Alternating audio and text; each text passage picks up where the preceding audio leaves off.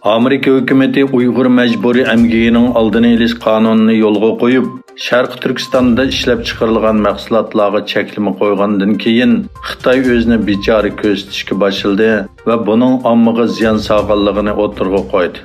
Atalmış Şinjan hökuməti bayonotchisi Shu Guishan Şərqi Türkiston haqida o'tkazilgan axborot e'lon qilish yig'inida so'z qilib, Amerikani aybladi. O Washingtonning tashabbusining xalqaro qonun va xalqaro munosabatning asosiy qoidasiga og'ir darajada zid keladiganligi, xalqaro savdo qoidasining ijro qilinishi, sanoat zanjirining muqimligi va ikki davlatdagi korxona va iste'molchilarning manfaatiga ziyon yetkazadiganligini o'tirg'a qo'ydi. Avstraliya strategik tadqiqot o'rnining doklatiga qaraganda, dunyo miqyosida 100 dan ortiq davlat va 83 donliq markaning mal bilan ta'minlash zanjirida Uyg'urlar qul sifatida ishlatilgan.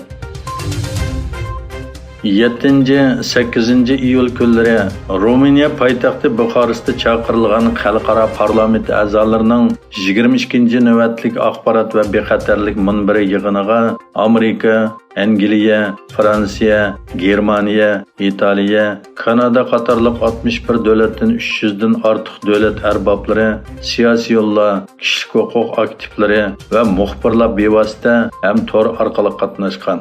Nurg'un davlatlarning bosh ministerlari va parlament a'zolari bevosita yoki tor orqali qatnashgan bu yig'inga Xitoyning irqiy qirg'inchiligiga uchrayotgan Uyg'urlarga vakolatan Amerika Xalqaro diniy erkinlik komitetining raisi, Hudson institutining oliy tadqiqotchisi Nuri Turkel apandi bilan Uyg'ur harakati tashkilotining direktori Roshan Abbos xonimlar taklifga binoan qatnashgan ham nutqlar so'zlagan.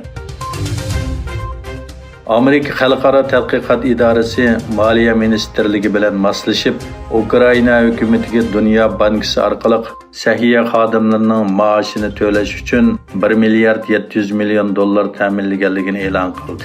Yana bir tarafdan Yevropa ittifoqi Ukrainaga qo'shimcha 1 milliard yevro yordam berishni tasdiqladi. Yaponiya Moliya ministri Suzuki Shunichi Paytaxtda Tokioda Amerika Moliya ministri Jan Yellen bilan ko'rishdi. Yellen bilan Shunichi ikki davlatning Ukrainadagi urush, yemeklik bexatarligi va erkin savdo qatorliq masalalarda hamkorlashadiganligini e'lon qildi. Iqtisodiy va siyosiy krizislar bilan tavrangan Sri Lankada amaldorlar qechishga urinmoqda. Prezident Rajab Aqsaning tunugun tushda Dubayga qechib ketish plani aerodrom xodimlarining to'sqinlik qilishi bilan mag'lub bo'lib, bir necha soatdan keyin harbiy aeroplanga o'ltirib davlatidan ayrilganligi xabar qilindi. Sri Lankadagi namoyishchilar 7-iyul bosh ministrining turalg'usiga kirib, binoga o't qo'ygan edi.